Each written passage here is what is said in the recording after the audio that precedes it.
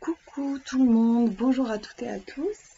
Je vous présente aujourd'hui un oracle, un nouvel oracle magnifique, l'oracle d'Amaham de Stéphanie Grass. C'est un oracle qui est tout nouveau, tout récent. Les éditions Arcana Sacra me l'ont envoyé. Je suis pas sûre qu'il soit sorti encore en fait. Soit je l'ai eu en avant-première, soit il est dans les rayons tout récemment. En tout cas, s'il n'y est pas, il y sera très bientôt. Donc, il arrive dans un gros coffret. J'adore ça, moi. J'adore les coffrets. Je suis fan. Donc, dès que j'ai vu ça, j'étais toute contente. Je vais vous lire le résumé pour que vous ayez un peu un aperçu. Véritable voyage initiatique, ce jeu vous amènera à une transformation... Ah, pardon, oui, si, c'est ça. À une transformation profonde de votre être. Il vous guidera sur le chemin de l'introspection. Laissez-vous guider par ces faits qui vous reconnecteront à vos émotions, vos perceptions, votre potentiel, à votre âme, tout simplement. Un outil parfait pour travailler votre part émotive et devenir acteur et créateur de votre existence, ici et maintenant. Ensuite, vous avez une petite traduction en anglais, ici. Puisque vous verrez, mais à l'intérieur, vous avez un bouquin et la moitié est en anglais aussi, pour nos amis les anglais. Je vous montre la tranche. Donc ouais, s'il y avait un mot-clé pour cet oracle, je dirais que c'est introspection, ce qui mettent dans le résumé. Je trouve que ça correspond super bien. C'est un jeu qui est vachement adapté pour réfléchir sur soi, pour aller plonger à l'intérieur de soi, pour s'aligner, pour faire un travail de nettoyage. Et c'est important parce que de toute façon, ce qu'on va mettre au monde est forcément plein de l'énergie qu'on a en soi. Donc si votre énergie elle est chaotique, ce que vous allez mettre au monde, ça va être chaotique. D'où l'importance d'avoir ce genre de coffret, parce que ça va vous permettre de vous aligner, et en fait c'est l'essentiel. Plus ça va, plus je me rends compte qu'en fait on n'a pas grand chose à faire. La seule chose qu'on a à faire, c'est à être, c'est à se détendre, à trouver la paix. Et si vous y arrivez, parce que c'est un sacré boulot, à trouver cette paix, après le reste, ça coule tout seul en fait. Les opportunités arrivent, et tout ce que vous entreprenez, si c'est dans une énergie alignée, ben, ça porte ses fruits et tout va bien. Mais souvent, la vie nous paraît bien compliquée parce qu'en fait, on s'en rend pas forcément compte, mais on fait les choses dans une énergie qui est un peu dans tous les sens, voire même des fois la tête à l'envers. Ça m'est arrivé et je croise des gens comme ça aussi où en fait ils voient la vie complètement... c'est leur perception, en fait, il faudrait qu'ils l'inversent pour pouvoir s'aligner. Mais bon, bref, c'est un autre sujet, ça. Donc, je vous montre comment est fait ce coffret. Hop, il s'ouvre comme ça, c'est aimanté là. Vous avez à l'intérieur, alors moi j'ai une dédicace de l'auteur, je suis une grande chanceuse, je l'avoue. Donc vous avez des tons, voilà, on a l'impression qu'on plonge dans un coffret plein d'eau. C'est un jeu, d'ailleurs c'est la carte ici de l'élément eau. C'est un jeu qui est très... je pense qu'il sera adapté pour les personnes hypersensibles comme moi, et parce qu'il travaille vachement, comme je vous disais, sur l'intérieur et le monde intérieur, et donc l'élément eau caractérise vachement, je trouve, cet oracle. Ça tombe bien parce que c'est mon élément préféré. Donc le dos, un papillon, tout en légèreté. Alors c'est un oracle qui bosse aussi avec l'énergie des fées, une énergie très yin. Il y a que des femmes en fait sur les cartes, que des femmes fées. Oups là là, j'ai tout cassé. C'est bon, j'ai pas cassé mon ordi. Les cartes sont dans en fait dans un petit coffret aussi. Donc ça les protège bien, ça tombe bien qu'elles étaient dans un coffret, que j'ai pas tout foutu partout. Je vous montre le dos des cartes. On retrouve le papillon avec petit ruban pour tirer les cartes. L'intérieur du coffret, j'adore. Voilà, superbe.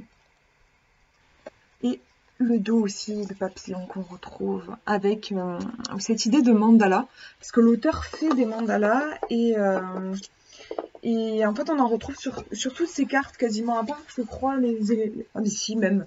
J'allais dire, à part l'élément, les éléments, mais si. L'élément eau, vous avez un mandala aussi. Ouais, elle fait des mandalas qui travaillent du coup au niveau des vibrations. Donc, ça donne des cartes qui sont vivantes, qui sont super riches. Je vous montre le livret, je vous montrerai les cartes après. Donc, c'est un livret de très bonne qualité, un papier glacé couleur. Impression couleur, c'est toujours agréable. Vous avez un petit mot à propos de l'auteur, le sommaire, l'introduction, paroles de fées et les interprétations des lames. Donc vous avez reproduction de la carte en très grand avec des mots-clés, la signification divinatoire et paroles de fées. En fait, c'est une citation liée à la signification, à l'énergie de la carte. Et vers le milieu, voilà, vous avez en fait à partir de là, vous avez le même bouquin en anglais. Alors, il n'y a pas que je sache, parce que j'ai ce livre depuis pas longtemps, à moins que j'ai loupé ça, mais il me semble qu'il n'y a pas d'exemple de tirage. Du coup, c'est à faire à l'intuition. En même temps, il s'appelle l'oracle d'Amaham. Donc, je pense qu'en effet, c'est intéressant de faire des tirages en questionnant son âme. En laissant faire votre intuition spontanément, comment vous tireriez les cartes, et puis y aller, quoi. Hop, je déplace un peu mon PC et je vous montre les cartes. Je vous ferai un exemple de tirage à la fin de comment moi je les utilise. J'ai envie de les utiliser. Donc à chaque fois, vous avez le chiffre qui correspond à la carte, le mot-clé en bas et les magnifiques illustrations qui sont très détaillées et qui du coup sont tout à fait... vous pouvez tout à fait les interpréter en intuitif. Vous n'avez pas besoin en fait, du livret. Le livret n'est pas nécessaire. Bien sûr, après vous faites comme vous voulez, mais moi finalement j'apprécie toujours ça. C'est les jeux qui me correspondent, c'est des jeux où le livre va être un plus, mais pas nécessaire, quoi, où je vais pouvoir faire mon boulot avec les cartes. Et si c'est le cas. Vous avez des cartes avec des énergies très différentes, ça aussi j'apprécie. C'est-à-dire des fois des énergies plus ou moins faciles. Des fois, il y a des cartes qui vont explorer des parts d'ombre, des choses difficiles. Vous avez des saisons aussi, ouais, les saisons.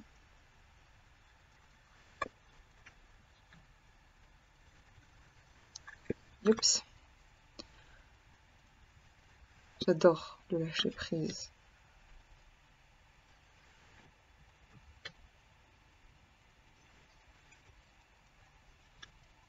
Ça, c'est intéressant, c'est la dernière. Qui clôture et qui ouvre en même temps. Les éléments, l'élément terre.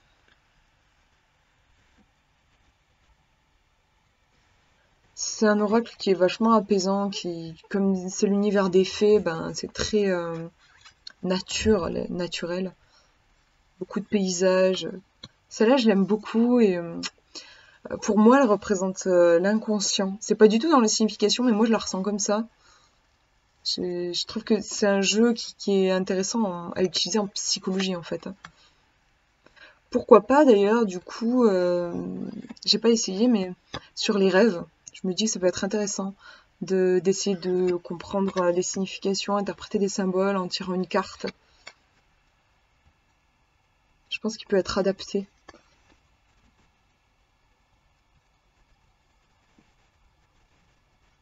Ah, là, il y a un monsieur. C'est le seul homme, je crois, que j'ai repéré dans le jeu. La danse des femmes.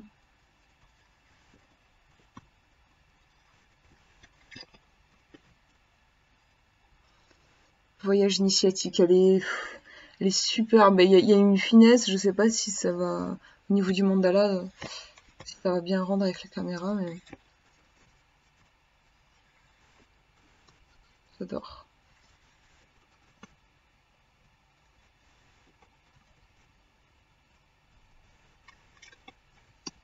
Celle-ci, je l'aime beaucoup. Je la tire beaucoup. Je suis un peu agitée en ce moment. Et on finit par l'élément eau, justement, dont je parlais la dernière fois. tout à l'heure. Je vais vous faire un tirage pour que vous ayez un exemple. Je vais vous faire un tirage à 3 cartes. Donc comme c'est un jeu qui travaille sur l'âme, l'émotion, je vais demander, la première chose que je vais demander, c'est un reflet de ce qui se passe à l'intérieur de moi là actuellement. Un truc dont j'ai pas forcément conscience, quelque chose qui est enfoui, qu'est-ce qui se joue en fait en moi actuellement. Je coupe mon jeu. Et comme c'est enfoui, je vais aller chercher tout au fond. Voilà. Et je la pose, je la regarde pas encore.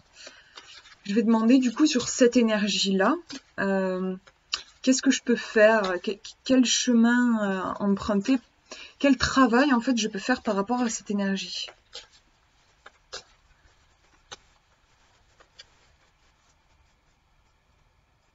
Qu'est-ce qu'elle m'emmène en fait à vivre. Hop, c'est bon, je l'ai. Et la dernière, ça va être quel va être mon avenir si jamais j'arrive justement à accomplir ce travail, si je suis les conseils de cette deuxième carte, quel va être mon avenir.